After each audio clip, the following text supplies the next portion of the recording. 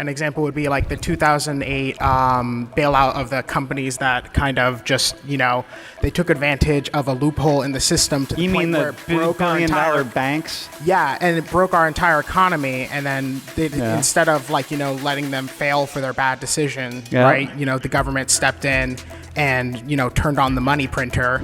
But now you've changed the name of the game, and we can't sell, and we're going under, and our farms are going under, our livelihoods are going under, our communities, we're all in this together, are going under. So listen, President Trump, please help us out. Well, is that welfare? The people who have the problems with welfare are always looking at decisions that people make that put themselves in situations in which they can't take care of themselves. Not children, okay? Most people on welfare are kids. So when you say we shouldn't have any welfare, what you're talking about are innocent kids, man. They didn't choose it.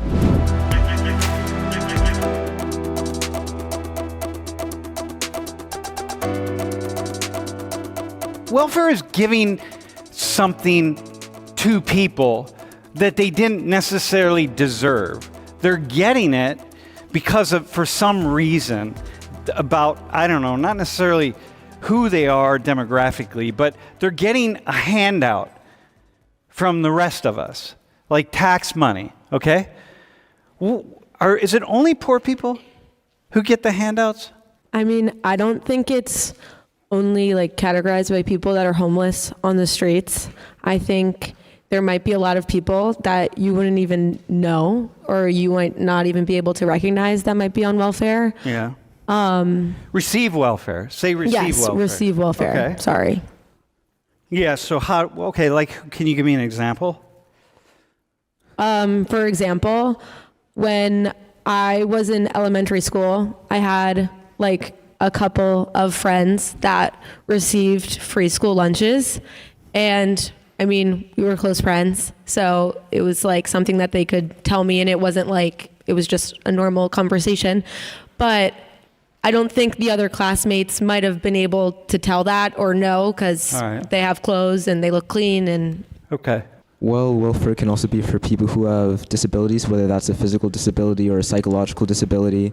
And these are groups that are oftentimes ignored, especially in the news, when these people have very real either mental injuries, physical injuries, disabilities that can, hinder their life, and they deserve, or they receive welfare that can help them live better. Ideally, probably yes. Who? Poor people. Yeah. Because just poor people? If you're making $200K a month, and you got paralyzed and you need a wheelchair, that wheelchair isn't really making a dent in what you make anyway. So all right, okay. Someone in close to my immediate family, it's they both had a child, and then the biological father is now receiving welfare, but from the biological mother, who's a single mom of 6 girls, now has to pay the government money because he's on welfare, even though he technically owes her child support. So he's a leech. How how's he getting anything? Yeah. So this is a system that's broken. Yeah, that's my question was how, because I understand you're all talking about and I understand and I get it, the welfare is a really good thing, and I agree. It's just, how do we try to differentiate those people versus the people that really need it? Yeah. Because obviously that's taking advantage of the system and taking advantage of the system. Hey, when is welfare a bad thing? I feel it's not. I don't even know if it's a bad thing. It's more that I don't think the system is processed enough, and in my opinion, I think my really close immediate family, who is a single mother, is probably doing worse than him generally, and the fact that he's just not trying to get a job, I just don't see how that's really fair. Okay, it's not fair, right? I think we could agree it's not fair, and that's a problem, right? And so the system isn't working the way anybody would argue that it's supposed to work, okay? And this, of course, is why we have a lot of people who are trying to change the system of welfare. Sorry, answering your question, I was thinking things like natural disasters and things like that, people with $10 million houses could also get $10 million to repair their house or things like that in welfare. But also, I don't know if you're keeping it to U.S. only, but as a person who lived in Panama, which is more of a third world country with not as good of a government, you see constant, like popular, everyone knows online of people who take advantage of welfare systems who are incredibly wealthy. But like, for example, get their kids to go to college and the government pays for it because they had a connection or things like that. So you see a lot of welfare being misused, but I don't know if that counts because it's not on purpose. It's just like people breaking the system. So it's more of a regulation issue. Has anyone ever heard of Wealthfare? Wealth fair? An example would be like the 2008 bailout of the companies that kind of just, they took advantage of a loophole in the system to the point where it broke our entire banks? Yeah, and it broke our entire economy. And then instead of letting them fail for their bad decision, right? The government stepped in and, turned on the money printer, right, to make sure that they wouldn't completely fall apart. And then you can also, if you extend this out even more, a lot of the times, poor people pay an increased tax rate when compared to extremely rich people. Is that welfare? They didn't do anything to earn paying less in taxes overall, but still they are getting that benefit. Yeah, how about right now? Farmers in the United States. There are a lot of farmers, soybean farmers are one, because Trump passed the tariffs. So we have a lot. I mean, it goes on and on and on. But the banks, the automobile companies, the gas companies, the oil companies, one after another. But, we passed the tariffs. And so suddenly overseas, especially the Chinese, are not buying soybeans. They're not buying a lot of the things that a lot of the farmers sell. And so the farmers then turn around and say, hey, listen, you changed the rules of the game here, and we've done everything we're supposed to do. We're planning on where we're going to sell our product, and that we're important because we're keeping the economy going. We're doing all these things. But now you've changed the name of the game, and we can't sell, and we're going under, and our farms are going under, our livelihoods are going under, our communities, we're all in this together, are going under. So listen, President Trump, please help us out. Well, is that welfare? Is that welfare? You're giving people something because they need it. Is that a need? Their farms are going under. Well, yeah, I'd say that everyone needs a decent source of income, a consistent form of income. Wait, hang on. See, what do you mean everyone needs a decent income? What's a decent income, man? Really, honestly, what do you mean? I should have 2 cars in my drive? What's a decent income? A 48-inch television screen or a 60-inch television screen? What are we talking about? Well, a decent income is different to a bunch of different people, and it can vary. But I'd say whatever income's necessary to make sure that they have everything they need. That means food, water. Basic needs. Basic needs, Wi-Fi, all that. Okay, I got you. Basic needs, all right? Okay, all right, that's cool. Farmers, they are going to President Trump saying, hey, we need help. Our farms are going under. Our livelihoods are going under. You need to help us. This is going to be millions, tens of millions, potentially hundreds of millions of dollars, okay, to bail them out in welfare for them. Is that okay? We're not talking about so they can buy new land or make investment in cryptocurrency. We're talking about so they can survive. Are you good with that? I'd say so, yes. All right. Bro, what do you think? I mean, I think... First off, do you see that as welfare? Let me ask you, how is it any different than giving somebody money who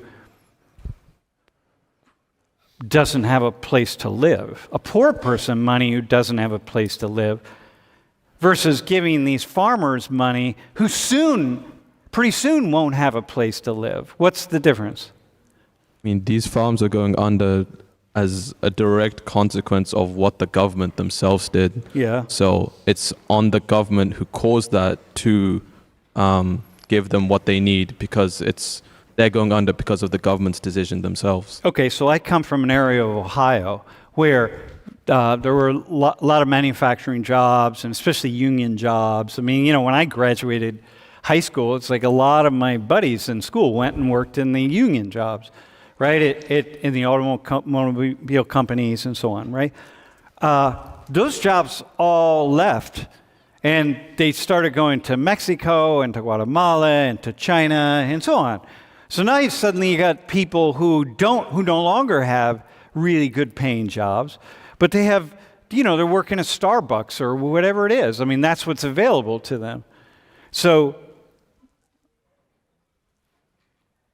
what? They didn't cause that. So who do we help them out? Like, where do you go? Like, how do you? I mean, did the jobs go abroad because of the government's Jobs policies? went abroad because the wealthy people who own the corporations decided we can make more of a profit if we go somewhere else. So it's like, yeah, we'll go somewhere else. Why are we going to stay here? Labor's cheap in Panama. Let's go to Panama. Labor's cheap there. In Pakistan. Labor's cheap in Pakistan. Jamaica. It's really cheap in Jamaica. We're going to go to Jamaica and we're going to manufacture our product there. And now you got these people who are going like, oh, man, I don't. Damn, it's not their fault. I mean, it's going to sound a bit rough, but because there's like the corporation's decisions, then I don't think the people's money shouldn't be going towards other people that like are being affected by corporations. That's kind of like another issue on its own. Okay, but hang on then.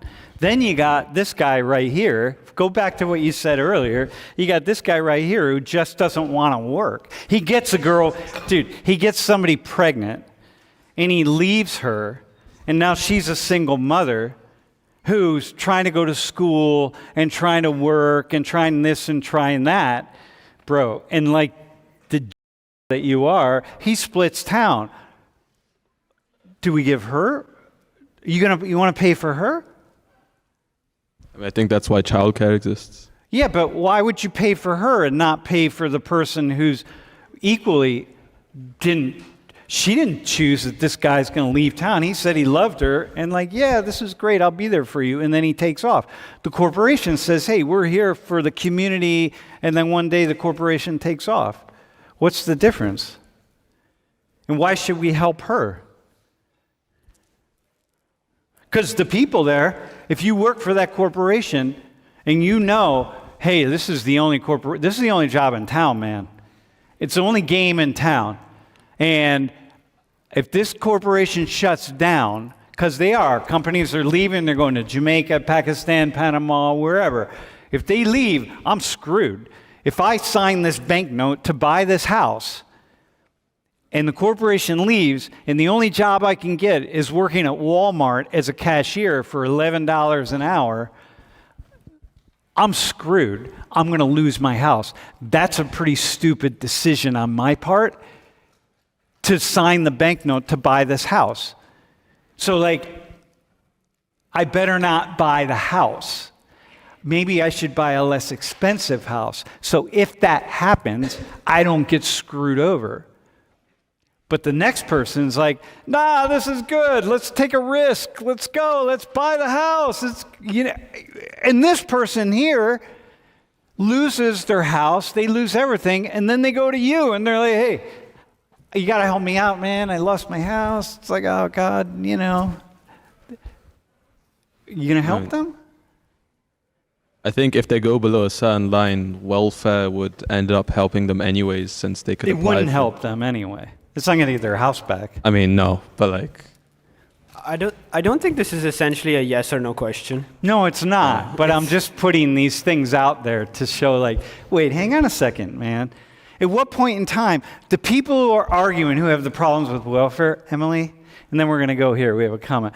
The people who have the problems with welfare are always looking at decisions that people make that put themselves in situations in which they can't take care of themselves. Not children, okay? Most people on welfare are kids. So when you say we shouldn't have any welfare, what you're talking about are innocent kids, man. Like, they didn't choose it.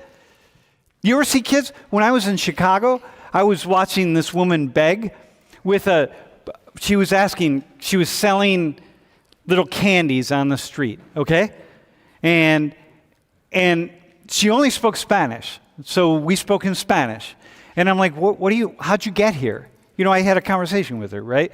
I interviewed her. I mean, basically, I was interviewing her, talking to her, and we had a really good conversation. She gave me a lot of really useful information, which is what I wanted. And at the end, I gave her $20. I said, here's $20, because thank you. It was like payment for her intellect that she was able to bring to me, right?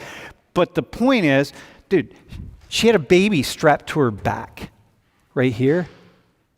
And I'm like, that baby did not choose to be on the streets. So if we then pull everything out from under her, we pull that out from under the baby who didn't have a choice. Okay? But then, at the same time, how far we want to go? How far do you want to go? Jaden, how far you want to go in your community here? How far? How much do you want to give? How far? You know what I mean? How far and wide do you want to cast the net? That's the question.